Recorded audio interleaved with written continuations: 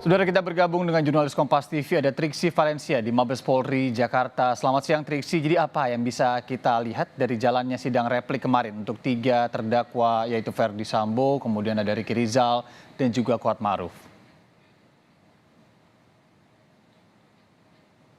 Ya, selamat siang Irianda dan juga saudara. Tentu yang bisa kita lihat adalah bagaimana jawaban dari jaksa penuntut umum ini tegas menolak nota pembelaan yang sudah dibacakan secara langsung baik oleh terdakwa maupun juga penasihat hukum pada persidangan sebelumnya.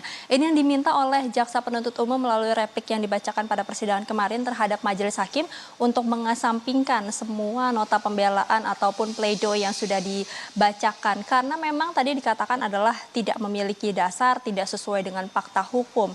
Ini yang kemudian dijabarkan melalui sejumlah poin dan ada beberapa poin yang kemudian ditekankan oleh jaksa penuntut umum Irianda, seperti halnya bagi terdakwa Ricky Rizal dan juga Kuat Maruf ini dikatakan mereka mengetahui bekerja sama dalam peristiwa ini karena memang ada komunikasi yang terjadi di dalam rumah pribadi Verdi Sambo, ada juga Putri Chandrawati di Saguling, sampai kemudian terjadi peristiwa di rumah dinas Verdi Sambo yakni yang ada di Jalan Duren 3 ataupun di rumah dinasnya Verdi Sambo.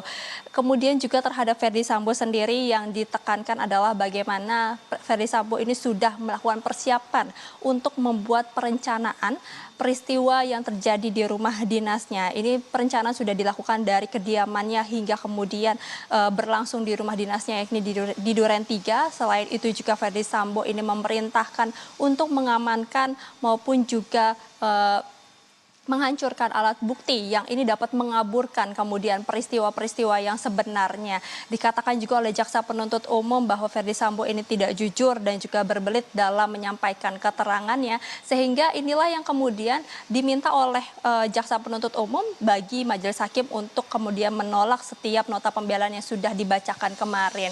Nah, tentu ini akan menjadi pertimbangan lagi oleh majelis hakim Irianda dan juga saudara. Tapi sebelum masuk ke putusan, nanti akan ada respon yang akan diajukan juga oleh penasihat hukum pada persidangan minggu depan lagi, yakni di dalam agenda duplik.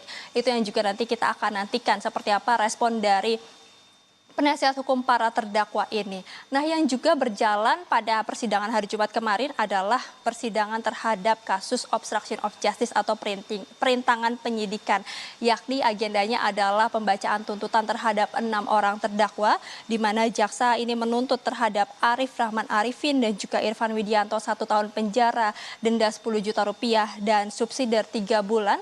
Sementara untuk Cuk Putranto dan juga Baikuni Wibowo ini dituntut 2 tahun penjara, denda 10 juta rupiah dan juga subsidiar 3 bulan. Dan tuntutan paling berat ini jatuh kepada Agus Nurpatria dan juga Hendra Kurniawan, yakni dituntut dengan 3 tahun penjara, denda 20 juta rupiah, subsidiar 3 bulan. Hal-hal yang memberatkan bagi para terdakwa ini adalah dikatakan mereka turut serta dalam melakukan perbuatan melawan hukum yang mengakibatkan terganggunya sistem elektronik. Seperti halnya menyalin dan menghapus informasi, bahkan merusak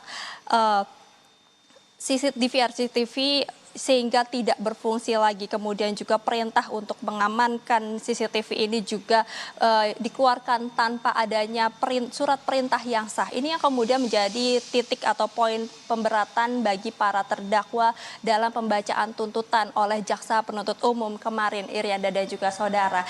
Lalu minggu depan yang juga kita harus nantikan adalah bagaimana persidangan terhadap Richard Eliezer dan juga Putri Chandrawati. Yang akan kita dengarkan adalah agendanya jawaban dari jaksa penuntut umum atau replik terhadap nota pembelaan yang sudah dibacakan oleh kedua terdakwa. Kita akan nantikan apakah memang kemudian nota pembelaan yang sudah dibacakan oleh kedua terdakwa seperti halnya Putri Chandrawati yang sampai diberi judul surat dari balik jeruji hingga tangisannya ini dapat kemudian meyakinkan majelis hakim maupun juga jaksa penuntut umum. Nah, nanti ini yang kita akan tunggu pada persidangan hari Senin.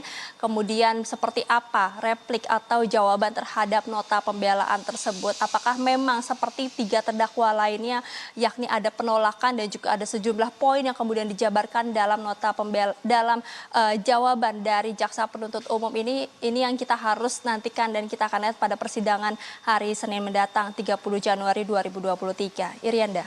Oke, beragam agenda sidang juga tentunya minggu depan. Terima kasih Valencia Triksi langsung dari Mabes Polri Jakarta.